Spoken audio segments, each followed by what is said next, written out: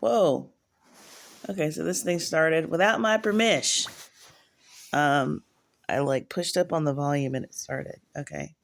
It's looking really dark in here, and there's really not much I can do about that. I've got my light on, but it is early in the morning. So, um, yeah, I got a burning desire this morning to make a video about the Bible, but as I was thinking about it, um, it just became more and more pertinent, I think. So I was like, yeah, maybe I should make this video. And I didn't know how long it was going to be. So I was like, let me just try to get this out of the way before I start my actual day. So, yeah, I was thinking about the Bible and how people just find it daunting to start reading it and, all the information that's in it. And it just trying to get in tune with those feelings of being outside of the Bible and finding it to be this huge mountain. And so then I was giving um my hypothetical person in my brain um the cliff notes and just be like, do you want the cliff notes of every book or literally the whole book? Because when you understand the themes and the story, just coming from a literature background, and it's easy for me to do this. I don't even think about doing this. I just do it. So it's easy for me to just be like, okay, well, here's the setting, here are the characters, here's the the themes, here's the point. And so I just started breaking down Genesis. And in the breaking down, I was like, this is actually pretty helpful. And also, it's pretty important to know this, to understand this. So, so yeah, I was thinking basically about how Genesis um, is not talking about what you think Genesis is talking about or should be talking about.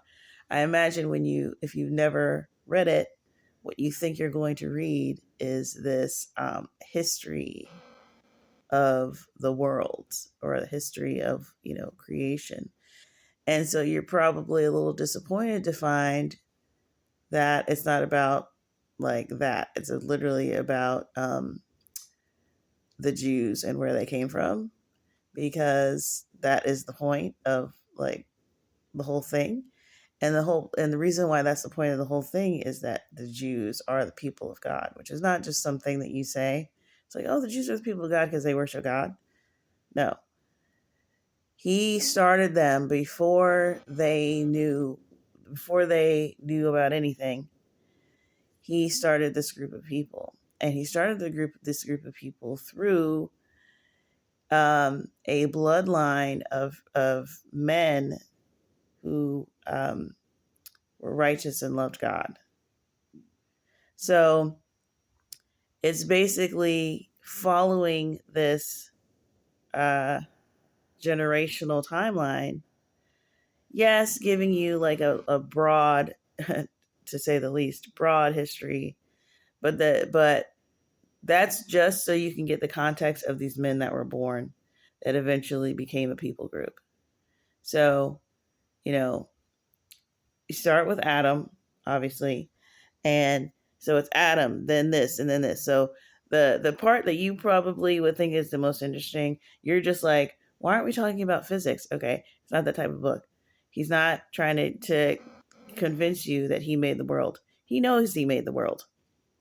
And plus, the way that people think that they can keep up with the information that God would have to give you is hilarious to me. Like this lady, I was watching this video and it really made me want to punch this lady in the face straight away. So I was like, I got some work to do. But she was basically this atheist lady, and she's got a TikTok, and she's like, Christians stop telling me that. She was just like, let's just get this out of the way. Just stop trying to save me from hell. I'm going. I want to go. Okay. Like, let's just get that out of the way, which I sort of understand. Like, she's sort of like atheist version of me. It's like, okay, let's carry this out to its end, Christians. Um, let's just get this out of the way. I already know I'm hellbound. Like, thank you for that. I'm like, we don't need any more of that. You can get off my page. Like, but it was annoying to hear her say that because it was like just arrogant and wrong. Um, so because not that particular part, but then the next part, because she was like, all you're doing when you're telling me that God created everything and he's, whatever, you're just creating a new problem, which is who created God. And it's like, okay, expletive that I want to put in, but I'm not going to because that's bad, apparently. What in the ham sandwich makes you think that you're like, if we say God created the world, okay, yeah, I get all that, but who created him? It's like, no, stop. But you don't get all that. You need to stop right there and you need to chew on that for the rest of your life. Like, that is so, you just outed yourself as a moron. Sorry. There's no amount you don't have, like, you absorb that first and then we'll move on to who created God. Like I don't even want to talk to you about like how the fact that no one created God and he's uncreated. I want to talk to you about the fact that you think, okay, no, I got all that. No, you don't. Sit here and you start with ants, go from A to Z. Start with ants and then go up. Aardvarks, okay? You don't have it. This is an incredibly complex place made by an incredibly complex God. It would take you your entire lifetime plus some more. Then when you've got all of that figured out, since you don't want to read the Bible, because the Bible would have got this is the highway that got you all the way there, but you're too good for that. Okay, start with A and then move up. And then when you finish all that information, we can talk about who created God. Like, are you serious? You're an arrogant moron. That's it. No one believes you now. Who believes you now? You think, oh, I got that whole concept of God swallowed.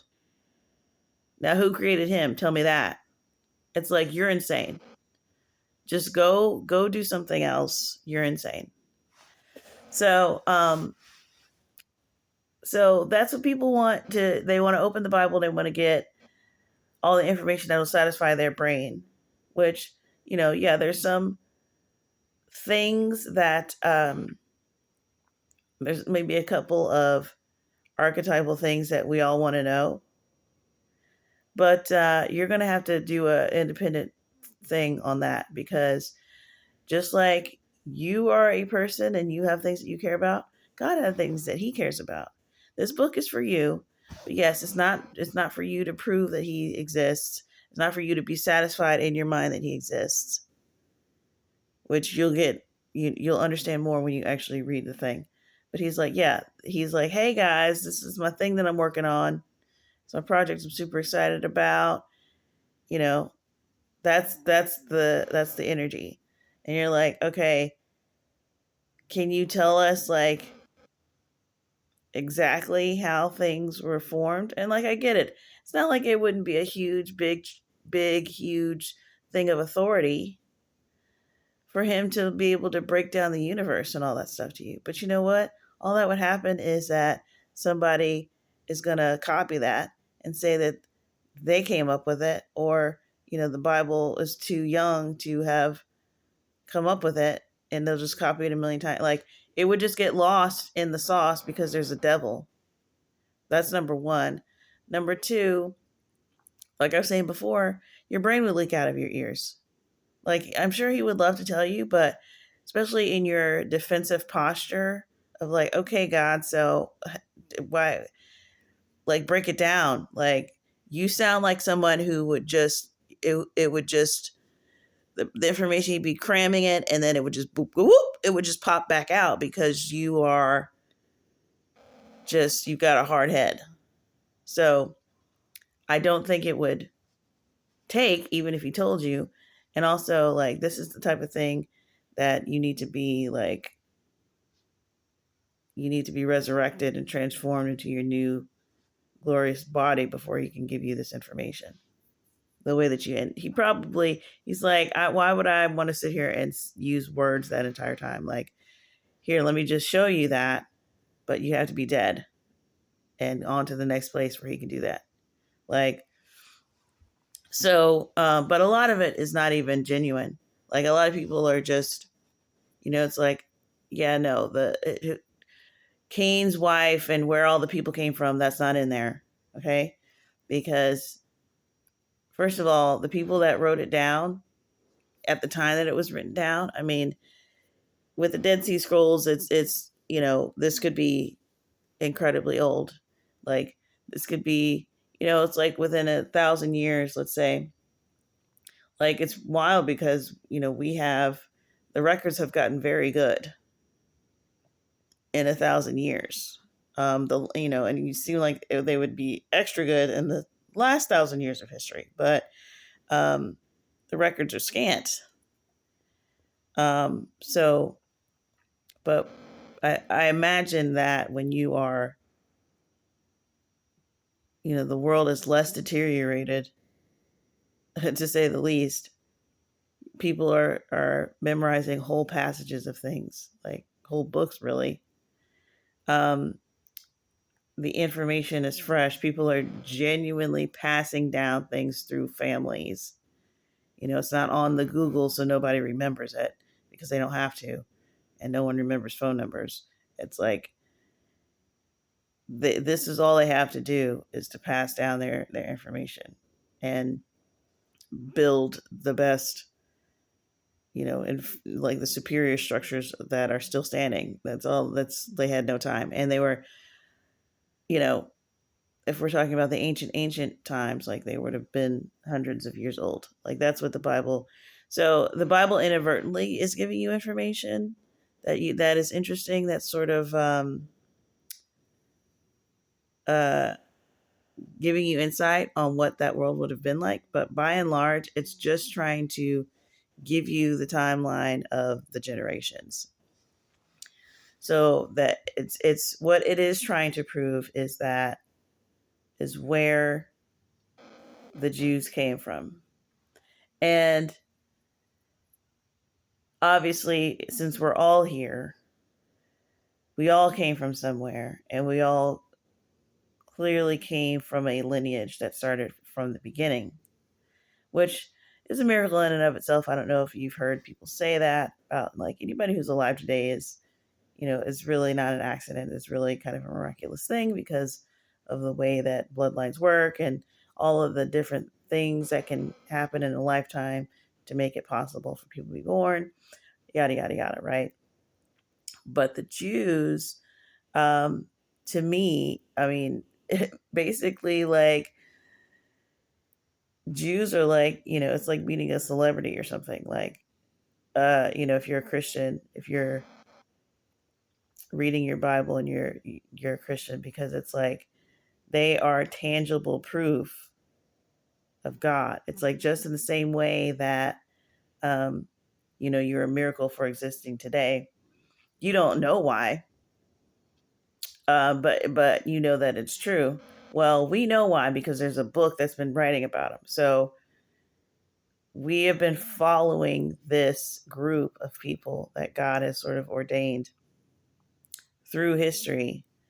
And it's kind of like, do you remember, like, there'd be this movie or like a cartoon short or something, and it would be like, a ball or a feather, and it would be like just a silent movie with like a score, just like music, and you would like, it would be like a feather in the forest or whatever, or in the field, and then you follow, it's like and then there's like flute playing, whatever, and then you follow the feather, and it goes from the field to like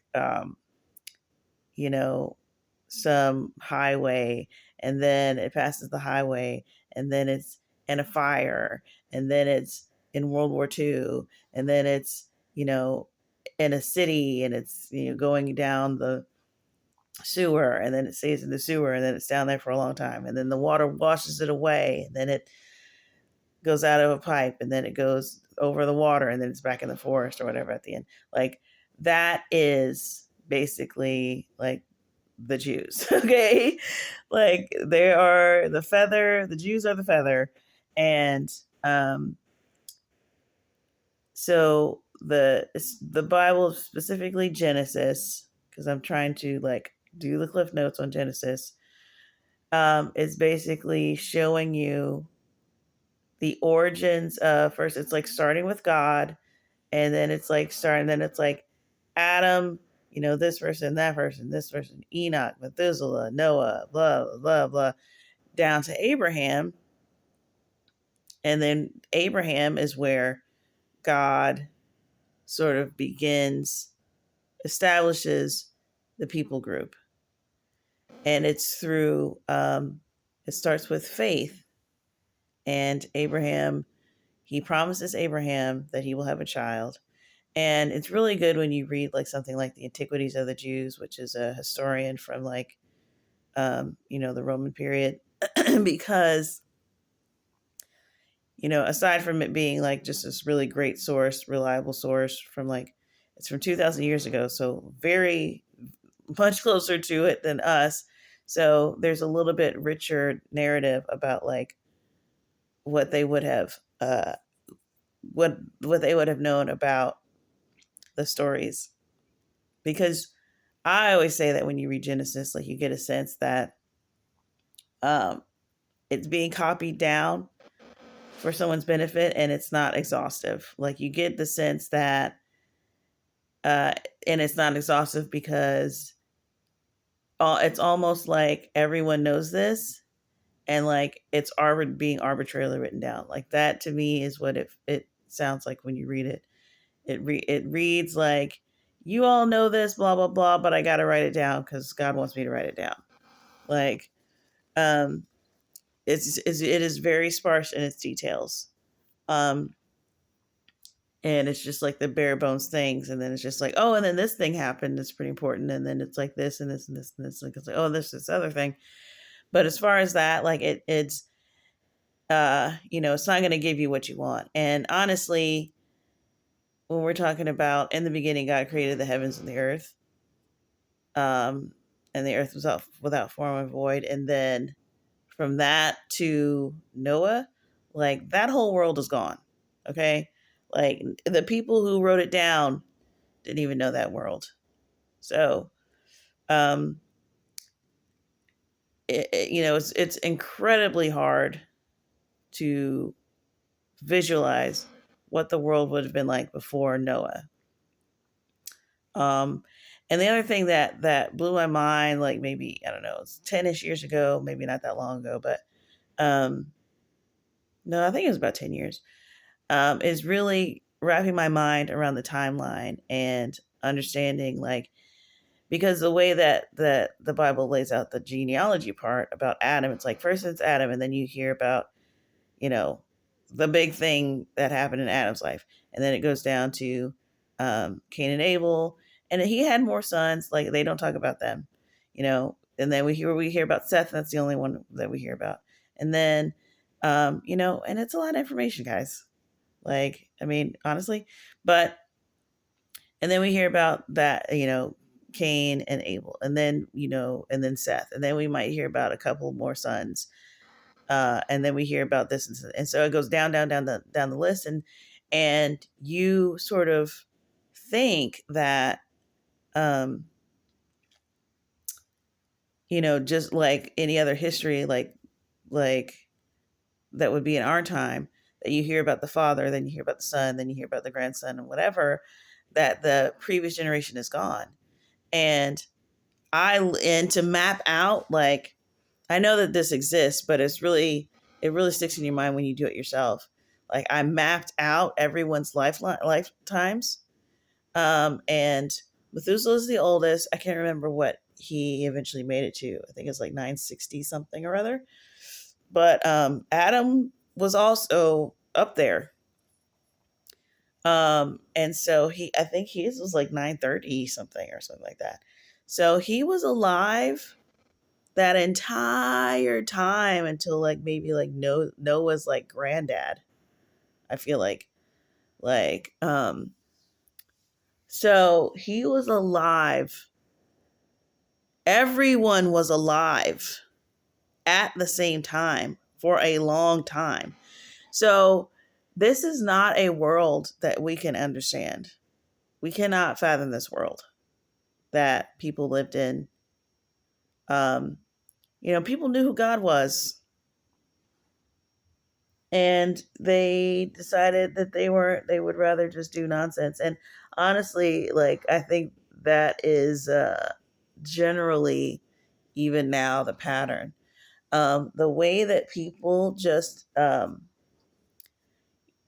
exist, and they don't care that God exists. They just are here, and they're consumed with their own existence, and they could care less that God made them. They could care less. Even if you don't think it's God, like, they don't care whatever it was. So, um, so that doesn't surprise me that the world just, every thought became evil, and God had to, like, for a minute there, he was like, this was a terrible idea. And so yeah, this world where everyone's alive and for hundreds of years. And I remember reading in another story in Antiquities of the Jews about Adam's funeral. And it was like everybody was like, because I do believe that at that point he was like the first person they'd seen die. Like, I don't know if I read that or implied that in that book. This is Josephus, Antiquities of the Jews. You can find it pretty much in any library. You should be able to. Huge book, because it's basically like an author's commentary on the Bible, or really it's like the same story told by a person, but it's in the order of the Bible. And this is a historian from 2,000 years ago, so he wasn't playing around. He knew he had some info. And Jewish historian. So it was like scary, because and it just emphasizes what God said about, like, you're gonna die. He said, if you eat from this tree, you're gonna die. And there's a lot of debate about, like, well, it was like a spiritual death. It was this. It was like, okay, eternity, 900 and some years are not the same. He died. Like, that is death. Like, and this is like verifiable in reality, which is like always look for something in reality to verify this stuff. Because God's nature is in the creation and the way that things work. But it's just like, if you take any fruit and you plug it, it's got a limited, it's not going to just disintegrate right away. But it is in the process of dying. It's on the verge. You got to eat that thing, because it's in the process of being no good anymore, and having to, it's like he returned to the dust. So I think that the way that the timeline works out, like, I don't think that there was anybody that, like, prematurely died, like, that was like only 300 years old. At least it doesn't mention that. But if that's the case, that there was nothing like that, then he likely could have been the first one that everyone saw die. And it was like, it made it real. It was like, I mean, can you imagine seeing that for the first time? Like, you can't imagine this world, is what I'm telling you. And there's so many, and like, the Book of Enoch is a decent book. I know a lot of people like, oh, don't read that. It's not, you don't have to read it for like, it's just, even if you read something like the Odyssey or something that's not, the Iliad or something that's from that time period, you're going to see something in it that is just not in your world anymore. And it's going to be fascinating. At least it should be. If you don't have that type of mind, then go listen to somebody who has that type of mind. But so even a fiction book from that time period is going to have something interesting and insightful to think about that you would have never thought about in your current modern world. So it is an interesting book. I maintain that. So, and there's nothing in Enoch that you have to wrestle with. It's all extra biblical in the sense of like, yeah, there's some characters in it that you might recognize or whatever. God is in it or whatever, but just like, and there's nothing in it that's like referring to something that's going to like take the Bible and into another direction. Now, the Bible references Enoch, so it's not just this wayward thing. But I think I read all the Apocryphal at some point in my life. But Book of Enoch is great, and I also like the Book of Adam and Eve. It's a little bit, it can be a stretch, but again, it's got things in there that you wouldn't consider. And when you can read something like that, it makes you can read the Bible in a new light and really like have some context for things. That's just an aside, but I was just basically saying like, so the Cliff Notes of Genesis is basically it's giving you a bit of the backstory of the generations, the stuff that could be preserved until now, because this is we're at the end here. So the stuff that can be preserved and how this world came to be what it is right now.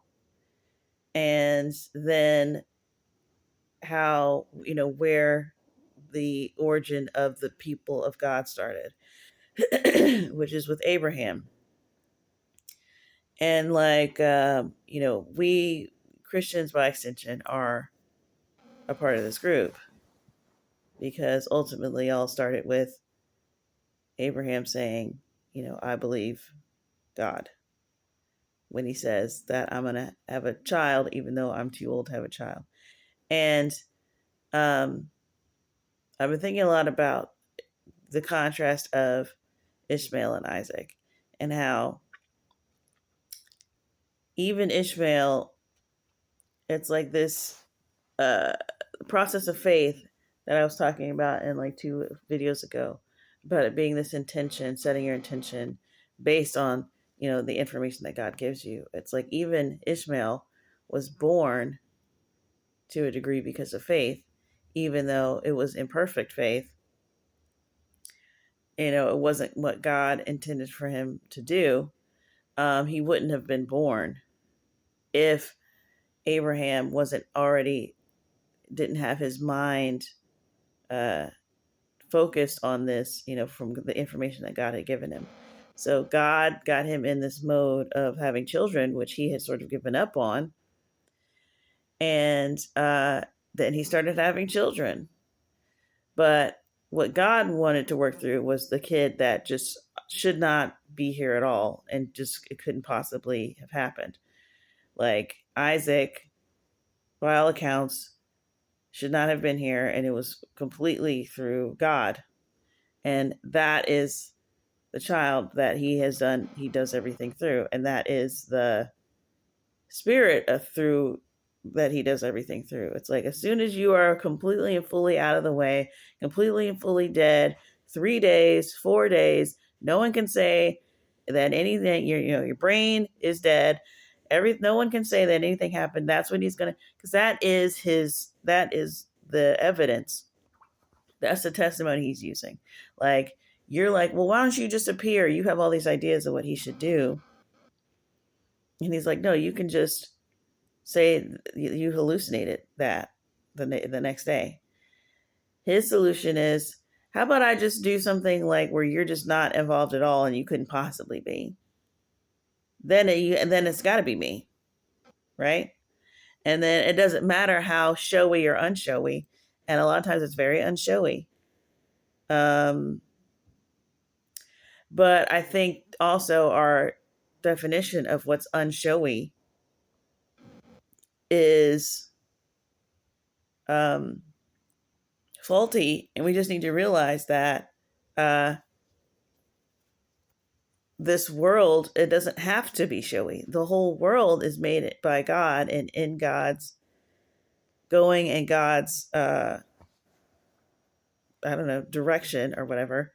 So if something needs to just appear here, then that's what it is.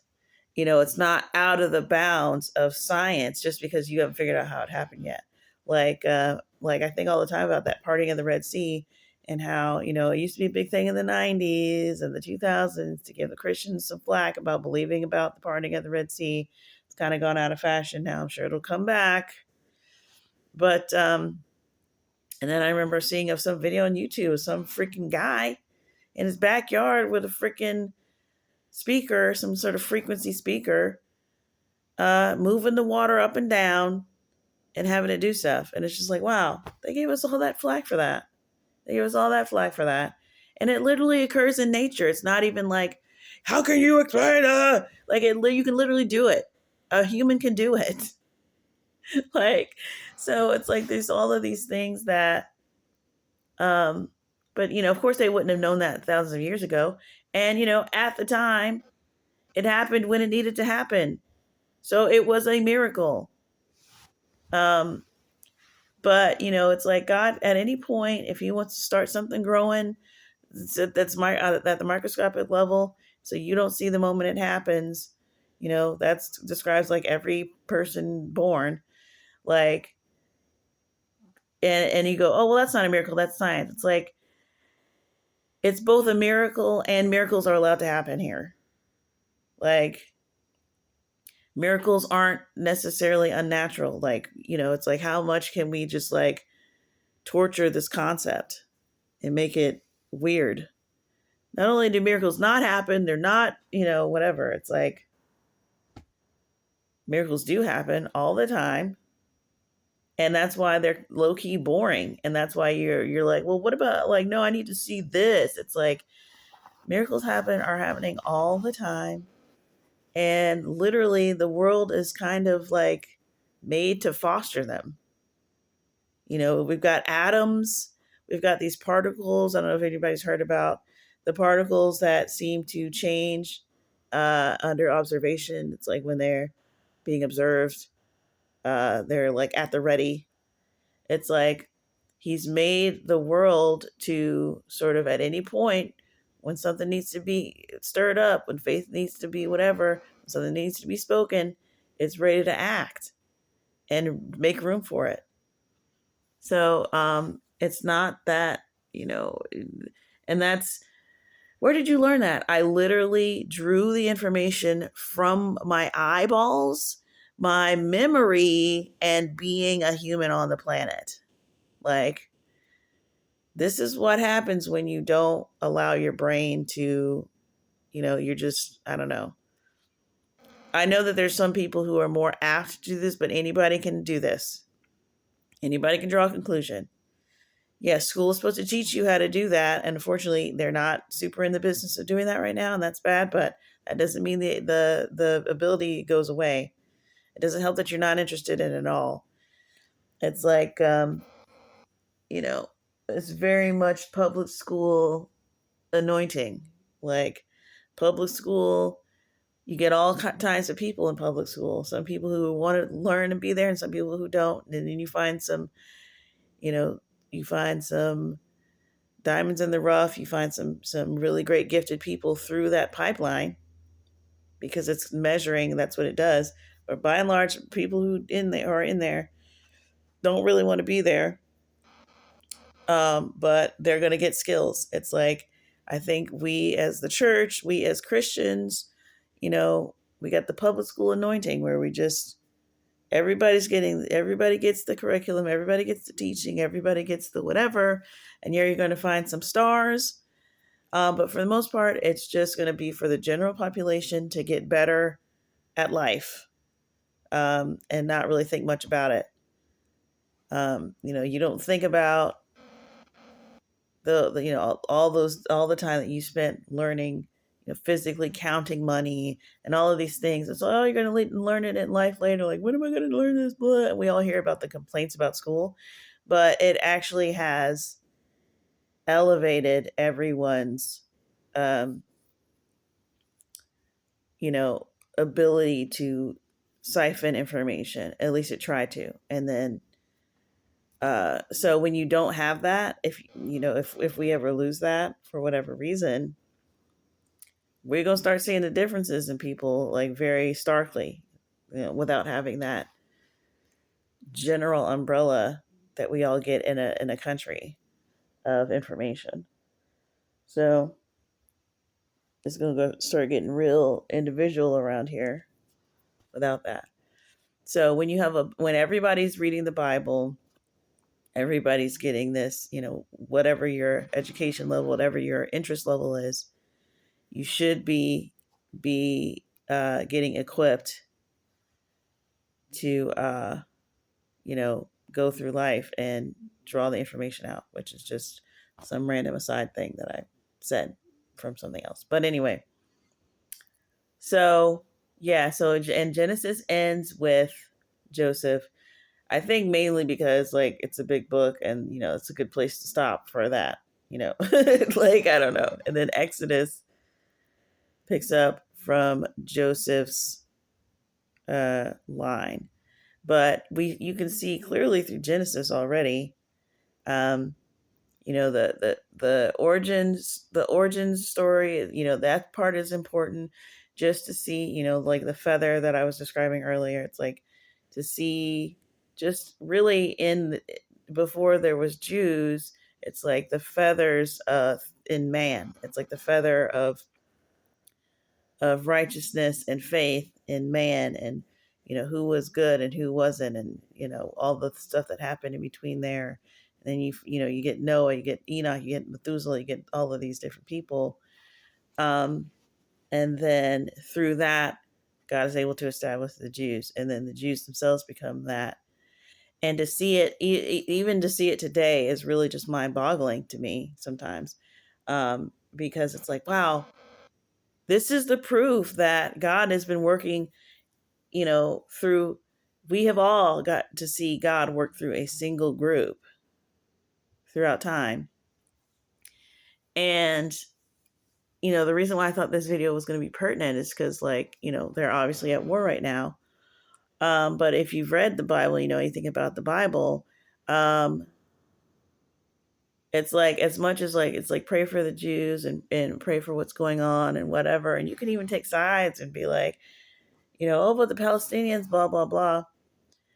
Just know, like, if you've read the Bible and you just want to make an educated guess of what's going to happen, my prediction, the Jews are going to be fine. Israel's going to be fine. And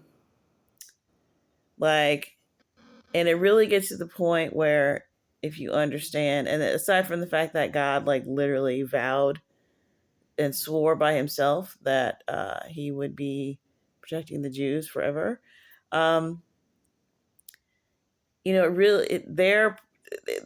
you get into that, it's like, well, their protection like, everyone's existence relies on God keeping this promise. So they're not going to be annihilated. They're not going to be driven off the face of the earth. I got the popcorn out because I'm like, I don't know if we're going to get to see some fireworks or something? Are we going to be able to visibly see, or if he's going to just kind of like, do a Tower of Babel thing and just sort of quietly like have this whole thing die down to nothing? Um, or if we're going to see some cool stuff. I got my popcorn out and my 3D glasses out because I'm like, yeah, I pray for Israel, but it's just like, they're not going nowhere. Like, what do you think you're going to do? Like, nothing's going to happen. But, I think it'll be fun to see people try to do whatever they think they're going to do. It's like, Israel's not going nowhere. Y'all are delusional. So, as far as you fighting on which side, which is morally right, I mean, aside from the fact that like the Palestinians like are just like, first of all, that's just a name, like a renaming of a nation. Like, I'm trying to think of like some like 2000s internet tech boom name controversy, like Enron or something. It's just like, Enron, like, now it's a different name, so now you're gonna act like it's a different thing. It's like, yeah, hearing Palestinians like hearing Enron. It's like, bro, what does the Philistines have to do with the English version of the word Philistine have to do with this region and what y'all are talking about? Like, are you just trying to fool people who didn't live through stuff and don't know? It's like, that could very well be what it is. Like, they're testing to see how dumb you are. Or they're just parading old information around to see if you remember it. Parading, not facts that aren't real around to see if you actually cracked the book open. And surprise, none of y'all have. So y'all don't understand what's going on, and nobody understands. A lot of people don't. They don't care that they don't understand. They don't even know what they're doing here anymore. They just are trying to be liked. Why? They don't even know why they exist. They don't, and they don't care why. But they know that they definitely don't like not being liked. So they're going to lean into that. And I mean, so anyway, is that all I had to say about that? I don't know. Should I make it a series? Should I go through all the books, you guys? I'm sure you find this profoundly fascinating. But yeah, don't go into Genesis thinking you're going to get the history of the universe, because that's not the point of it. But it is still interesting, and you might still get some useful facts on the way to that. It's about the history of the external physical people of God up to Joseph, and before Egypt becomes, goes through another one of its very prosperous cycles or whatever. Um, so yeah, it's like the Jews are the physical manifestation of God's purposes. And then, Christians are like the spiritual evidence. I don't know. We're like the spiritual version of that. And it's almost like, and then it gets to be like this weird inception thing where it's like, okay, now it's like the Jews are like the physical version, God doing something still miraculous, but it's like you can see with your eyes, like this single people group. It's like all these other people groups that you hear about are gone. Native American culture, it's like basically not there anymore. But imagine if we had like a whole history of it since the beginning of time.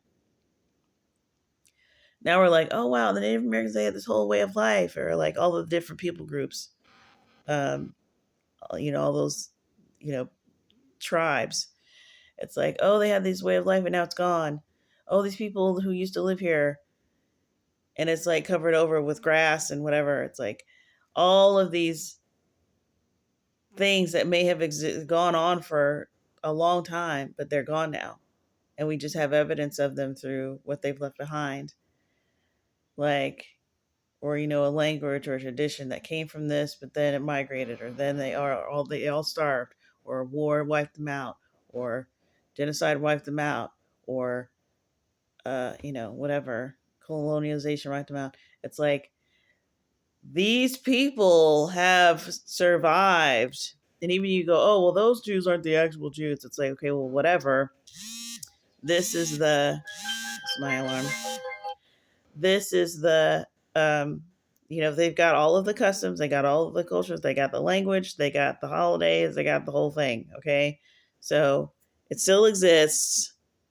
Yeah, no, we can't do the DNA tests, but it's still here, robustly here, and it goes all the way back to like almost creation, not almost the flood, which is like, I don't know if I've talked about this before, but like the flood is basically the only world that we know. So the beginning of the world that we know about is the flood beginning. The pre-flood world is like not even something that you could barely find traces of. I mean, possibly the pyramids. I mean, I guess the pyramids would be pre-flood. They could have been post, because they're always talking about like who, like the Jews. I don't know. All that seems like it would be speculation, because it's like, why isn't that nailed down? I imagine that it's probably that could be pre-flood. I feel like anything that is just literally just geometric is probably pre-flood. When you've got these like sculptures of like ancient deities and demons and this and that, like that's probably post-flood, because at that point that's when they would have emerged. So that's a little off topic, but not really, because that's like Genesis, like that's what we're talking about. So